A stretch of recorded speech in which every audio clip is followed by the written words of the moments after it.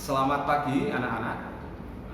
Pada kesempatan hari ini saya akan menjelaskan tentang pentingnya keseimbangan alam dan kelestarian sumber daya alam bagian yang kedua. Yang bagian satu sudah kalian kerjakan kemarin, tapi belum ada videonya. Sekarang bagian dua, Anto akan menjelaskan. Disimak baik-baik. Pemanfaatan sumber daya alam dilakukan dengan bertanggung jawab agar terjaga persediaannya. Salah satunya dengan cara menghemat penggunaannya.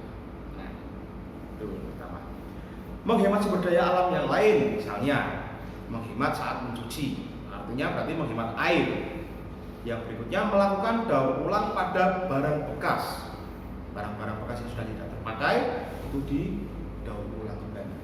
Yang berikutnya adalah hemat kertas. Ini yang sering dilakukan kita dalam pembelajaran.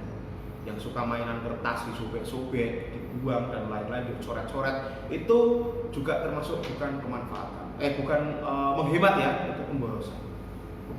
Berikutnya, eksploitasi merupakan pemanfaatan sumber daya alam untuk memenuhi kebutuhan manusia. Itu eksploitasi.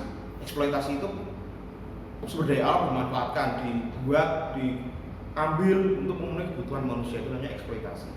Salah satu SDA yang sering dieksploitasi adalah hutan, karena hutan itu sumber kayu atau alam di situ ada hutan itu banyak sekali yang bisa dimanfaatkan. Jadi yang utama yang dieksploitasi rata-rata adalah hutan. Manusia melakukan eksploitasi hutan untuk satu, untuk pertanian, yang kedua untuk pertambangan.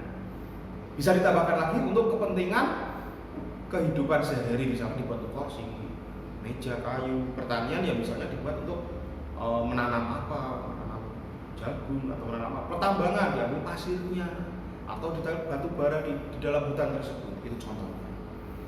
Yang berikutnya, eksploitasi hutan yang berlebihan dapat merugikan manusia dan lingkungan sekitar.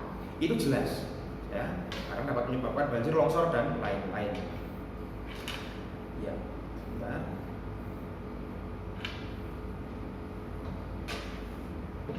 Contoh akibat eksploitasi hutan yang berlebihan, akibat sudah menyebutkan kan, ada bencana alam, hilangnya habitat hewan, bumi menjadi panas, oksigen berkurang. Kita wajib menjaga kelestarian hutan dengan reboisasi atau penanaman kembali hutan yang gundul, atau sistem tebang pilih, tidak asal tebang, pilih yang sudah pantas atau sudah layak ditebang dan menanam kembali. Setelah tebang, kita olah kembali, kita tanam kembali. Jangan dibiarkan hutan itu gundul ya. Berikutnya, banyak cara untuk memanfaatkan barang-barang bekas atau sampah. Misalnya, botol plastik atau pot tanaman itu bisa dibuat dari barang-barang bekas.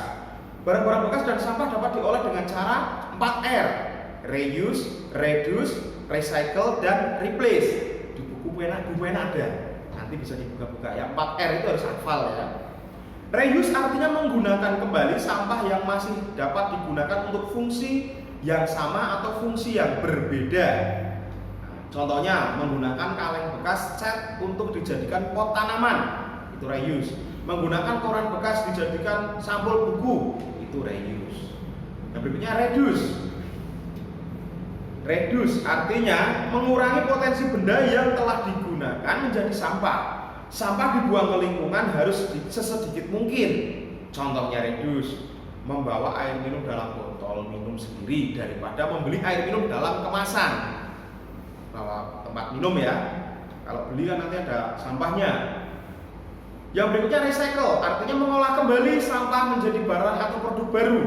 Contoh recycle-nya itu mengolah sampah organik menjadi pupuk kompos.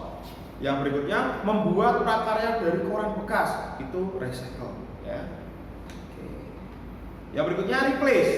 Replace artinya mengganti benda yang biasa digunakan dengan benda yang ramah lingkungan. Contoh replace, memilih menggunakan sapu tangan daripada tisu. Hal ini dikarenakan sapu tangan dapat dicuci dan digunakan kembali. Kalau tisu hanya sekali pakai dan dibuang, menyebabkan sampah juga. Ya, gitu anak-anak. Penjelasan dari saya. Penjelasan ini dapat dilihat juga di buku pena, karena di buku pena juga ada. Nah, nanti dikerjakan tugas-tugasnya seperti biasa di tugas. Demikian, terima kasih, selamat pagi.